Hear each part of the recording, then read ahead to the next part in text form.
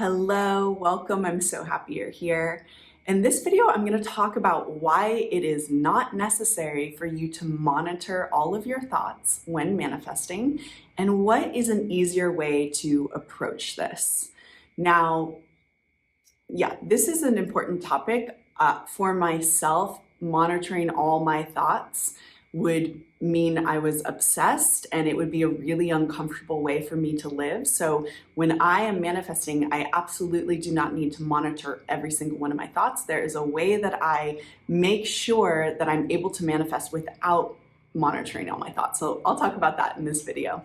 Before I jump in, please make sure you are subscribed to my channel in the corner or below. Also know that I offer lots of self-study manifesting courses. All of my courses are linked below. There are 14 courses down there. It can help you manifest anything you want. Okay. So is monitoring some of your thoughts important? Yes, and especially when we are shifting our inner terrain, which includes our thoughts, absolutely includes our thoughts, it includes the way we feel. This is what being conscious is. It's learning to be aware of what's going on inside of you. You start paying attention to what's happening in your mind, what's happening with your thoughts, what's happening in your heart, what's happening with your feelings, what does your body feel like? You start paying attention to what it feels like internally. Eventually, this is just a little side note, but eventually, for myself, all of my life is guided now through my inner terrain. That's what being conscious is.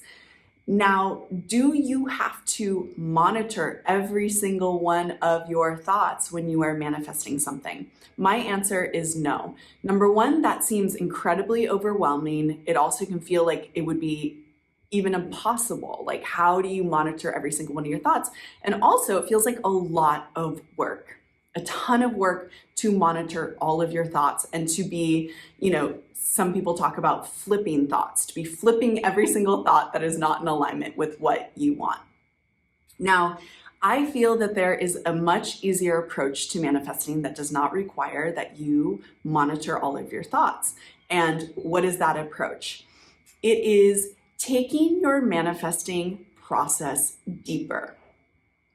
I always talk about this. I consider the way that I teach manifesting, it's embodied manifesting. It's also a really feminine form of manifesting. What I mean by feminine is it's embodiment. You're taking your process of manifesting deep into your body and in a sensation type of way.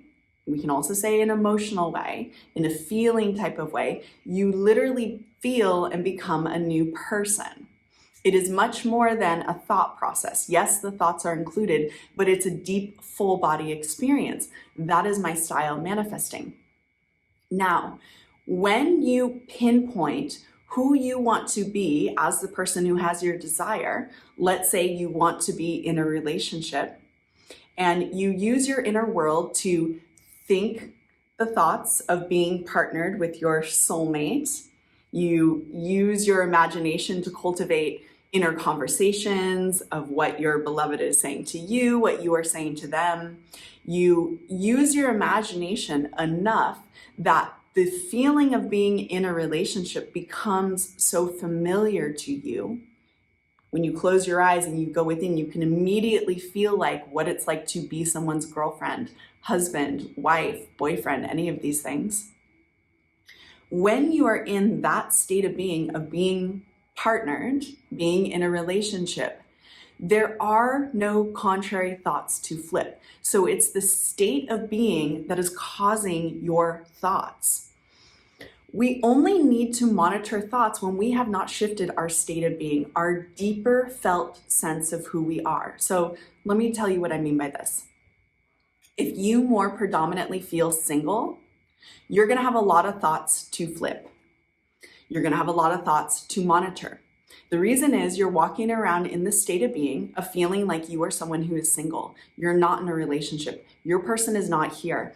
And from that state of being, a lot of thoughts are going to come out of that state of being saying, I'm not in a relationship. This doesn't feel good. I'm single. I hate being single. Where's my person?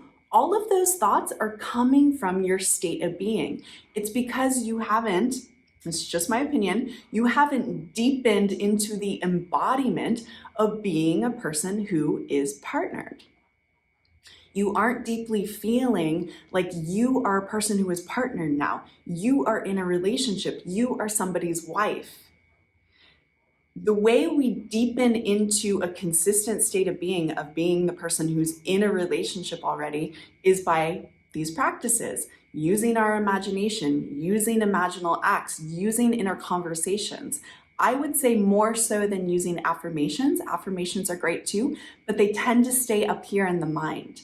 If you want to literally step into the new self who is in a relationship, I would be doing imaginal acts, inner conversations, deep meditations. I'll link my guided meditation up there.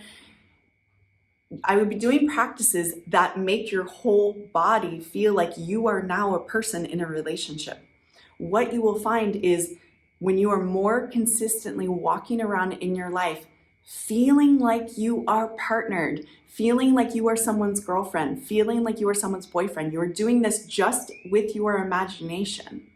It's just in your own inner world, but you are walking around in your life as someone who is in a relationship. There are no more thoughts to flip. You do not need to monitor your thoughts because you're already that person. You're in the relationship. So this is the way to solve this problem.